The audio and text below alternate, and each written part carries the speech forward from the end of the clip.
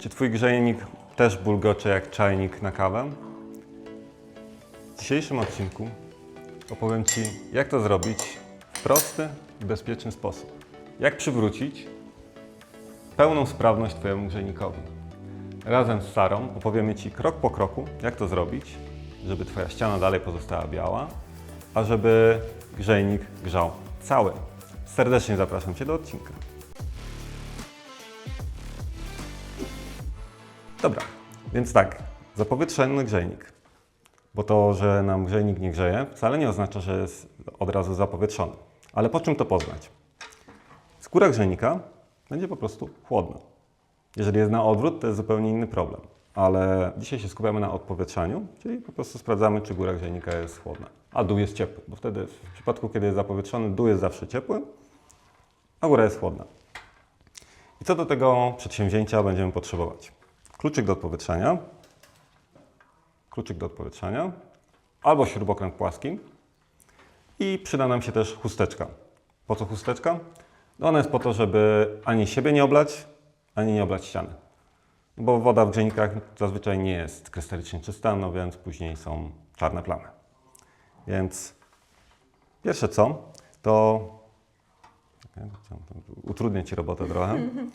Okay. Pierwsze co, to dzióbek warto ustawić w górę albo przynajmniej w swoją stronę, tak, że jakby popryskało, to żeby po prostu nie poleciała ta woda na ścianę.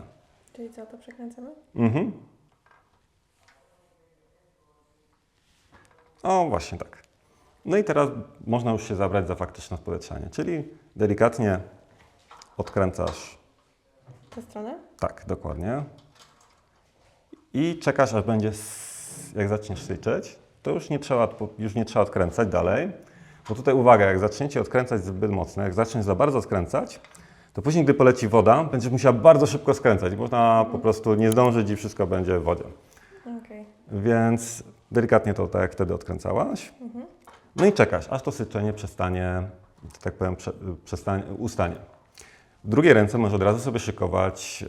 Chusteczkę? Dokładnie. Więc to jest robota, gdzie jedną ręką trzeba odkręcać, a drugą trzeba się asekurować, jak będzie leciała woda. Tylko najlepiej tą chusteczkę sobie ustawić właśnie od góry, tam gdzie jest ten dzióbek. Okej, czyli od góry, dobra. Tak. I wtedy, jak przestaniesz słyszeć syczenie, to zaczyna zakręcać. O tak, jak na przykład teraz. I w zasadzie od razu efekt powinno być widać, czyli w momencie, kiedy odpowietrzycie cały grzejnik i był tylko ciepły na dole, powinien stać się cały ciepły tak naprawdę. Od razu. To się dzieje od razu. To nie trzeba czekać 15-20 minut, tylko tak naprawdę woda, jak już wypełni go w całości, staje się ciepły i grzeje. Jeszcze jedna uwaga, tutaj tego nie mamy, ale zazwyczaj z drugiej strony, jak tu po jednej stronie masz odpowietrznik, to po drugiej stronie będzie zawór. Tutaj akurat mamy zaślepkę, natomiast będzie taki zawór z pokrętłem.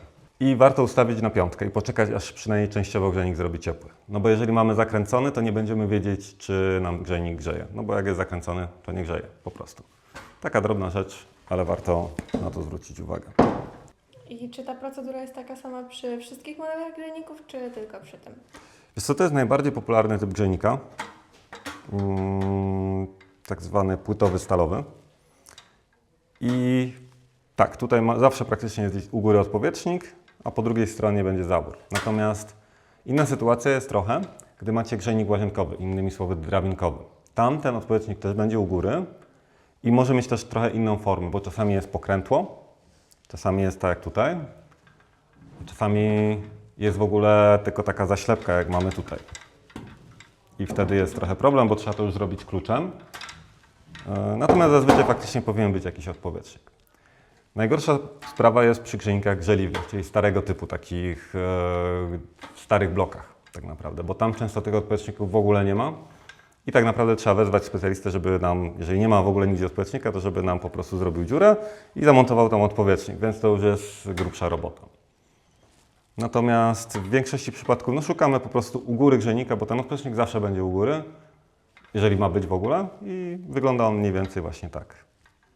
Czyli prosta sprawa. Prosta sprawa. Czyli najważniejsze. Odkręcamy grzejnik na piątkę, bierzemy szmatkę, kluczyk do odpowietrzania. Uważamy, żeby się nie ubrudzić. Dokładnie. I subskrybujemy kanał, żeby więcej treści sobie móc zobaczyć na naszym kanale, bo będziemy dużo takich prostych poradników dla Was kręcić. Dajcie znać w komentarzu, czy chcielibyście jakieś inne problemy, żebyśmy Wam opowiedzieli związane stricte z grzejnikami.